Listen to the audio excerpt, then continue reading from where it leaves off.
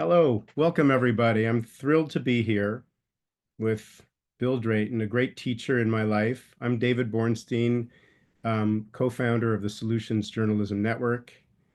And I wanted to start in this interview with Bill, which is thrilling for me to do. Just mentioning, Bill, you recently were awarded the Global Treasure Award from the Skoll Foundation at the Skoll World Forum. And think maybe close to 100 Ashoka Fellows were in the audience in Oxford to witness that. Just want to ask you, what was the experience like for you? Well, let me, if I may, sneak in something first. David is being very modest as usual. He's one of the most honest, deeply honest people I've ever met. And he wrote the book, How to Change the World, which is still the classic for our field. But it's also one of the only books, if you are not an entrepreneur, you can actually understand what an entrepreneur is. That's very special. And then he entrepreneured this. Let's change the field of journalism so that we can look into the future. And that's really very special. So one of the things that was wonderful about Oxford is that you and the fellows and so many people in our community were there. And another thing that was very important is that um, we've been building for a long time towards the takeoff of a new world. And that world is now taking off. And we could see it in Oxford. So the phrase, the right to give, which we think of as the most fundamental human right. If you're not a giver, well, that's it for you in terms of health and happiness and longevity and having a life. That's the most fundamental right. Well, suddenly people were picking up on that phrase. They're beginning to see this larger way of looking at the world and the new inequality. The fact that a large number of people have not made the transition, we have not helped them make the transition into a very different world that is now the new and dominant reality, and they're being crushed, and they're looking for scapegoats, and the demagogues come up.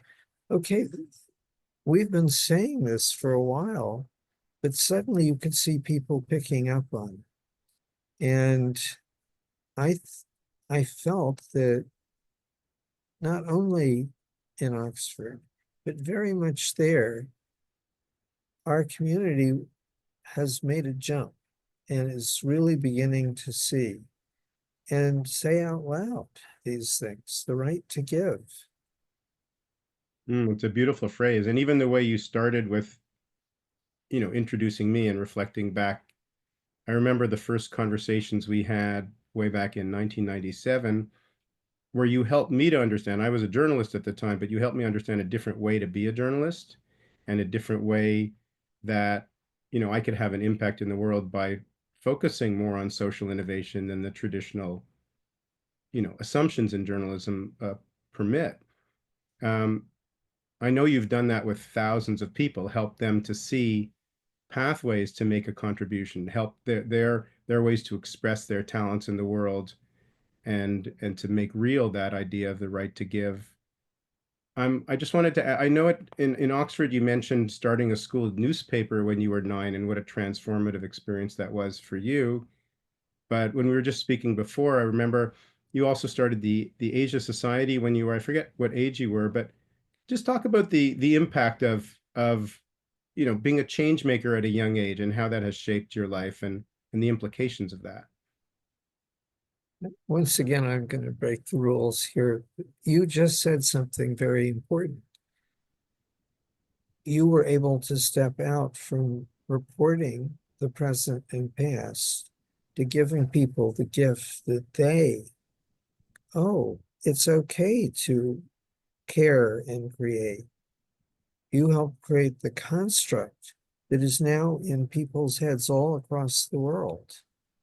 And solutions journalism gives people solutions, and it gives them the idea that they can come up with solutions. That is the right to give in action. And so you just articulated what makes us all happy and healthy. So the Asia Society, this was high school. Um, I um, I did not put up with math or Latin in elementary school, so I like building things.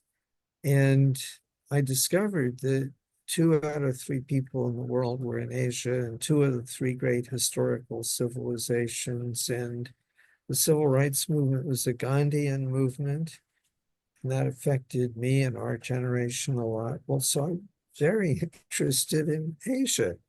And so did the obvious thing and created an organization in the high school called the Asia Society. And we built it up so it was the largest student organization with 1 out of 3 students as paid up members. And, that tells you something about that culture being open. Hmm. And so every time anyone has a dream and builds a team and leaves something changed, that's the magic. That's what we want everyone to have, that experience, starting in the teens. It's very important. It's we all remember our first bicycle ride when we did not crash into the lamp pole. Hmm. Well, the first time anybody, high school, elementary school, has a dream, builds a team, change the world, they have just taken their Changemaker bicycle ride. That's profoundly important. And so, the Asia Society was huge fun and educational, but it also was another growth experience in, building a team and figuring out how to get people engaged in Asia in a small place in the US. And that experience, when you've, the phrase "the new inequality," just to be clear, is people who see themselves as change makers and people who don't understand themselves as change makers, and the way society is structured or cultures are so structured to help people believe that in themselves. What were the conditions that were present in your life to enable you to think of yourself as a change maker, and what are the implications for what everyone in this conversation could be doing to make that more real for all young people? I was so lucky. Um, I had 2 parents who both did something that was completely unreasonable when they were 19, which is probably why they found one another later in life. And I grew up in Manhattan, and there was no station wagon prison and civil rights time. And it was just magical. I also, it, I started in elementary school, a newspaper, and I had to go and get ads and writers and people from other schools, etc. And that created anxiety of which I was oblivious at the time. But my parents put up with it, and the principal of my school said, "This is the right thing for your son, and don't show you're anxious." Well, I am very grateful to all those people. I was given the freedom to have that first bicycle ride, and then subsequent ones like the Asia Society, multiple subsequent ones. And we don't give that to a lot of young people. We deny that. And we have taken autonomy and freedom away from young people. The New Yorker had a statistic a year ago in the spring that in England, 94% of elementary school students got themselves from place to place 30 years ago. And what do you think it is now? 7%. That is taking away people's right to grow and explore and take risks. And that's how you learn how to be safe individually and as a group. And we're caught in this wretched insurance legal thing that you can't get legal insurance unless you deny young people the right to do anything more and more tightly. It's incredibly destructive. So we are trying to change that. And Yeah. the consequences of not doing this are horrendous. David McClellan, The Achieving Society. What he has three basic personality types: need for achievement, need for power, need for affiliation. Need for achievement correlates with entrepreneurship and science, and civilizations rise and fall with it. And he measured that in terms of extent of Greek commerce in the Mediterranean and empires in the Andes, etc. And what is it that distinguishes kids who have very high need for achievement? They cross the street on their own 2 years earlier than other kids. And we're doing what? We don't allow kids to blow their noses without being supervised at this point. This is terribly destructive. Now, and then you have a new inequality, and probably roughly 40% of the world's people do not have the ability to play in the new game. Everything changing, everything connected, both of those accelerating faster and faster. That is the underlying historical reality. You can't change that. That's a fact. To play in that world, we've all got to develop, and every year continuously develop and get better and better at this complicated game. And we're helping one another. That's what we're doing all together here right now. We're helping one All right. We're back. Thank goodness. believe it or not. I wanted to ask you, there's a good question in the chat, which is, how do you imagine your future as a change maker and contributor, Bill, when you see, and maybe you could connect it with your understanding of what's happening in the world today, because I think that there's tremendous confusion and concern about, the forces that we're seeing in the world today, and maybe you could help do some sense making around that. Let me just finish the point I was just on, because it ties right into what you're saying. If you can't play in the new game and you're falling further and further behind the new inequality, for the low change-making counties in the US, in one generation, they've lost 4 years of life expectancy compared to the high change-making counties. This is really cruel, awful, terrible. And this is accelerating. In 2000, economic output between high and low change-making counties was roughly the same. 20 years later, the ratio was 71-29, and it's just accelerating. And people are falling further and further behind. The death rate is because they're blaming themselves, alcohol, all that stuff. The other thing that you do psychologically, many people do, is you want to blame someone else. And the demagogues all across the world have come up at this time for this reason. It's not just an American or an Indian or a Brazilian or East German problem. It's a global problem because it's a global phenomenon. Yeah. And these people have so much power because they are serving such a deep psychological need.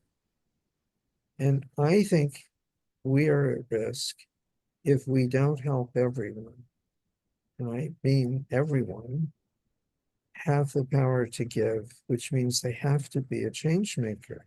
If we don't do that, the new inequality will get deeper, and the cruelty and injustice, if it will get worse, and the anger and divisiveness will get worse.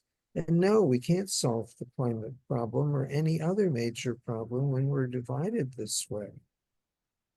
And there was an earlier period, if everyone a change maker, classical Greece, same thing in North India between Buddha and Ashoka. And we lost it when the Senate and people of Rome gave in to Caesar and Augustus. And from that point on, there was zero per capita growth, economic growth in the West until 1700, when we got the second chance at everyone a change maker. And now we have to not make that same mistake again.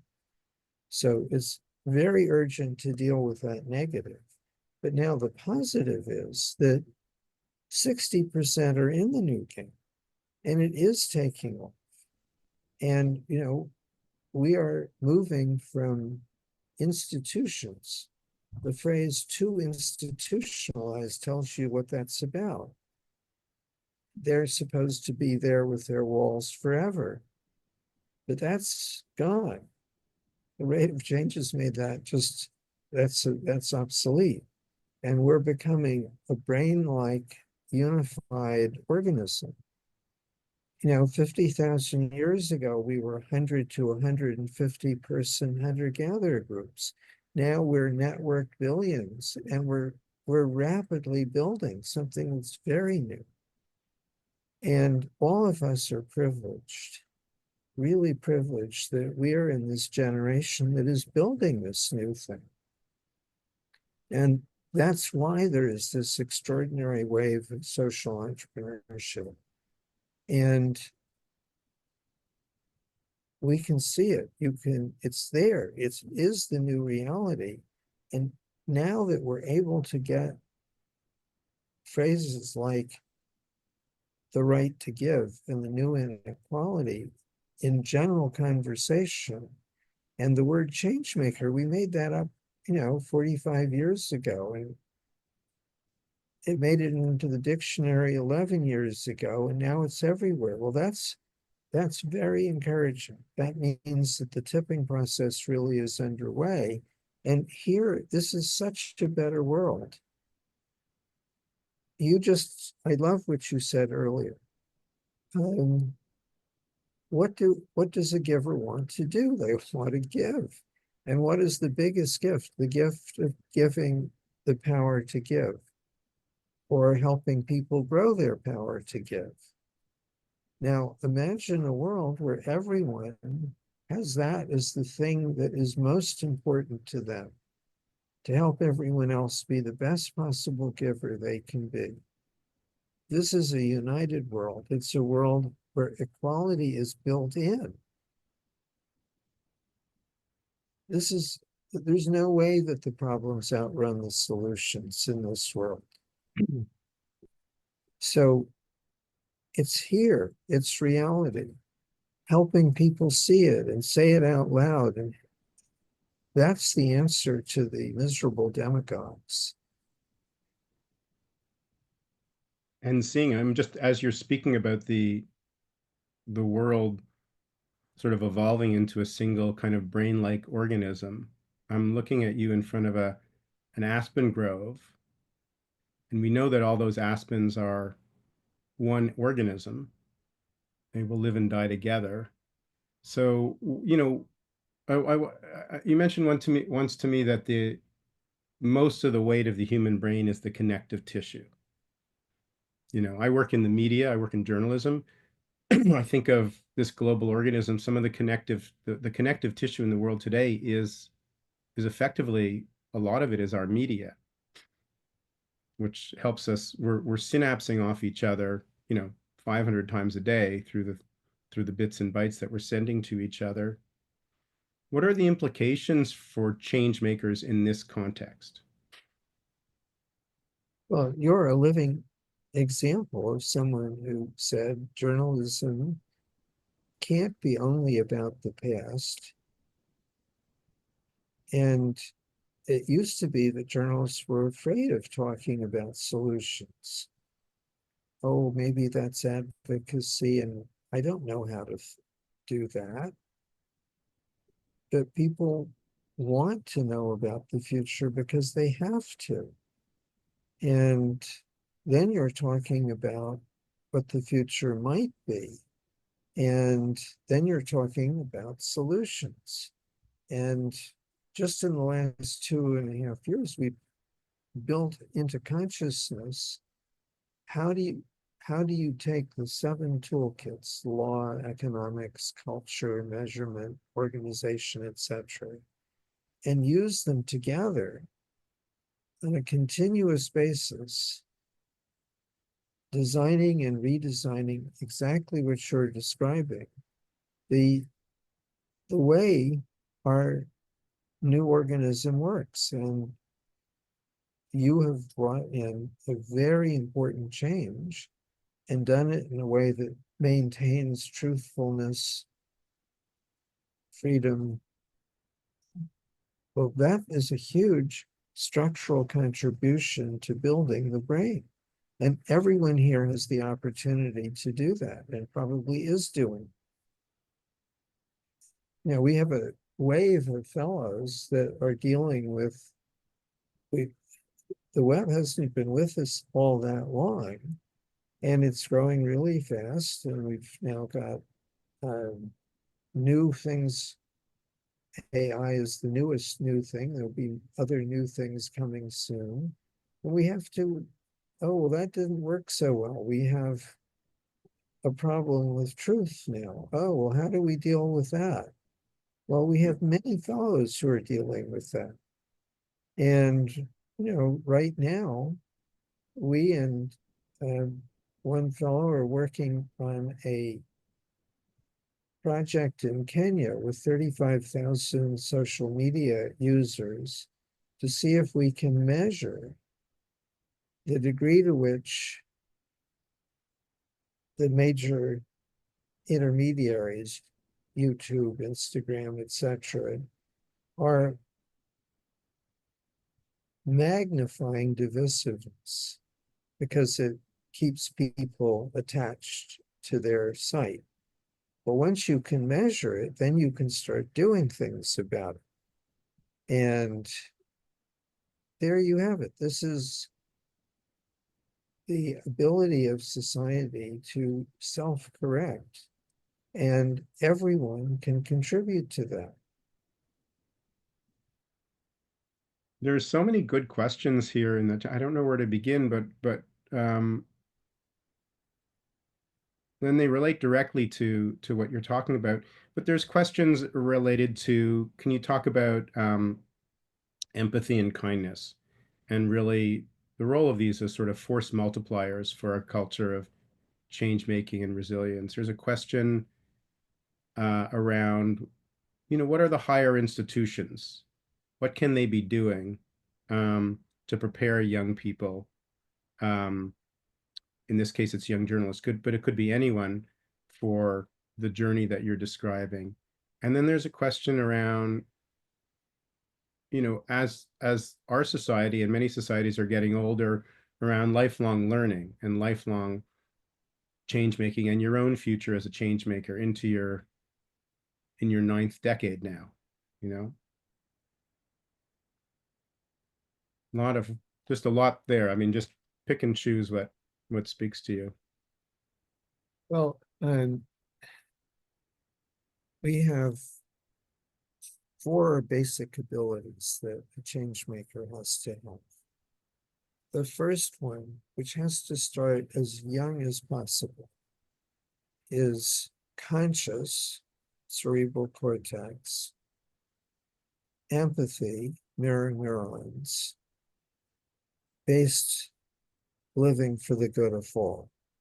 3 things that have to come together and work together. And it is critical for very, very, very young children to master this. So we think that the key measures are what proportion of second graders have this. It's easy to measure.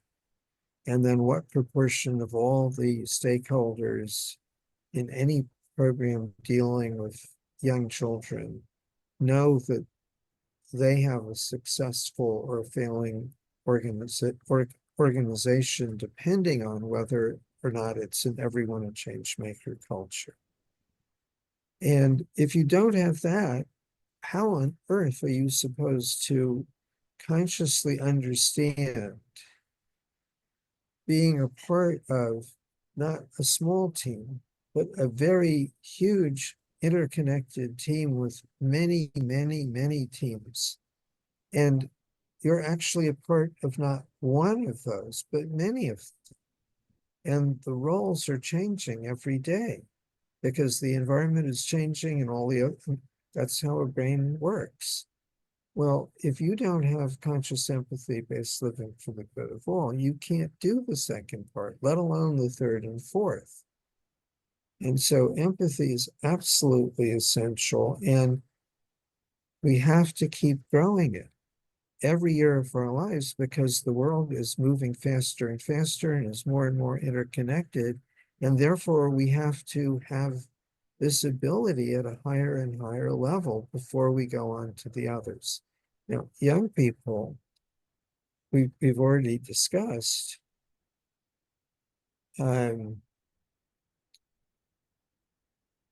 If you have the experience that you've imagined a virtual radio station, or you've imagined that it's really important to stop having special students be mistreated, and I'm going to fix that, and you then build a team and you do that, that is the change maker's first bicycle ride. The moment you've done that, you know deep within that you have what the new world requires. You have all four abilities working together. You've done it. You can do it again and again and again. And we know there are 1,400 fellows who are focused on kids. 89% of them put kids in charge in all sorts of different ways. Math scores go up, language scores go up, bullying rates go down. And what we care about happens. And when a school goes from the first 5 kids in their teams, that's all you need out of 500. Then you've got a lot of kids saying to all the others, come and join us. Be powerful now. Why wait? Who on earth doesn't want to be powerful now, want to be a giver now? And then you get a culture that the virtual radio station reports on the disability group, et cetera, et cetera. And each new year is recruiting people and training them. Well, that's happening in a lot of places. The fellows in about 1 million schools, but it's not happening in some places. And the kids in those places are not getting this. And that is so empathy and young people are mastering and growing their conscious empathy-based living for the good of all, but they're also growing the other 3 working together. And that moment, that bicycle ride is a change maker moment when you know you can do it. That's it. That's your PhD in the new world. And I want to acknowledge there's a comment in the Q&A about there's a lot of people, in the United States today, for example, who are living in fear. And, I know when you were traveling around the world, initially starting Ashoka, you were traveling to countries where there was quite a bit of repression, and there were dangers. Um, I don't know, is there something specific that you can say to that about people, about the capacity to be a change maker if you're in a context of fear? And then there's a couple of other questions that I wanted to bring in before we finish, that get to where you find your own internal nourishment. But I just wanted to see if there's something that pops for you around that question, around the question of fear, and these forces that want to keep people in place and don't want change making to happen at a massive scale. David, you gave yourself permission to change the field of journalism. I mean, that took courage, but as an entrepreneur, it didn't, because you knew it was the right thing to do and you had thought it through. So this is, again, David McClellan, the entrepreneur. Other people perceive what they do as risky, but it isn't, because they've really thought it through. And they know they have given themselves the ability to see, to listen. Oh, this isn't working. We'll change things. And then you listen again. It's an iterative process. So once you know how to do that, and that's that first bicycle ride, the virtual radio station didn't work the way you originally intended it, but you figured out how to make it work. The entrepreneurs have given themselves permission, and they've given themselves the ability, and they grow the ability. And that's what being a change maker is for everybody. Hmm. One of the things I want to mention to people who don't know this, so Bill, I think it's every September, takes a 3-week backcountry hike somewhere around, brings him up above the tree line, some mountain range, by himself, carrying all his food and all his supplies on his back. And, I'd love to just ask you about your connection to the natural world. There's a question there, and the importance of it in your own story as a change maker, and also your understanding about how the world is becoming a single organism with all sentient beings included in that, as you've explained it to me.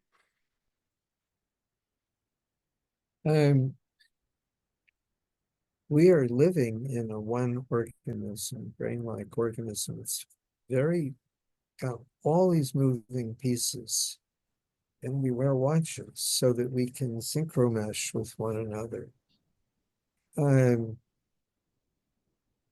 When you go off into wilderness, you are no longer in that synchromesh. You're in something that's very big, and you can look at a body of water and you can see a tiny, tiny little piece of life. And you know that in a month, that body of water is going to be a solid block of ice. And then 10:30, 11 at night, the hot and cold air is stabilized out. The lake is a mirror. And you're at 12,000 feet, and there isn't all that much atmosphere between you and the stars. And there they are in the lake. You can see them clearly. You can see them moving across the lake. Well, that's a pretty wide range. And it's all part of the same thing. And you're drawn into understanding that. You see this tiny form of life. You see a fox who's curious about you. You see the geology. You see the universe. You have to pay attention. That line of little trees, that means there's a cliff there. Uh-oh. And it's very beautiful. All of this draws you into something that's A, different, and B, very big. Past, present, future doesn't make much sense. And I think it's a little bit like sleep, but on a big scale. When you go to sleep at night, your mind oh my God, we had all this stuff was dumped into us. How do we make sense of this? We can forget this, so this is connected with that. Well, when you take time in this different environment without thinking about it, your mind is at work and it's able to see bigger patterns. And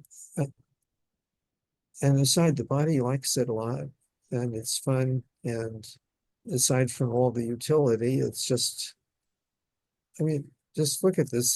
This was, um, Hmm. this is the largest aspen forest in the world. And, it's in central Colorado, pretty close to the Continental Divide. Just, Wouldn't you like to be there right now? yeah. I feel it's soothing just looking at it, just hmm. Well, there's judging from, the questions in the Q&A, there's people have many, many things that they want to ask you. And maybe there's another opportunity for this to happen, but I know we're at time now. So just want to thank you again and thank everybody for participating. And congratulations again, you know? Well, congratulations are to us. You know, this is a movement that is building the future of our species and beyond that. And we're at this amazing tipping point. If we do the ethically right thing and make sure that everyone is partners with us as giving change makers, then we have a very beautiful future. And it's within our grasp. But this group of people, this people in this conversation, we're privileged to be able to lead this, each in our own way. And so thanks to everyone here. Well, have a wonderful day, everybody. And yeah, this metaphor is going to stick with me, this metaphor of a global single organism. I have a PET scan image in my mind of brain regions lighting up around, you know, different things that are occurring around the world. Thank you again.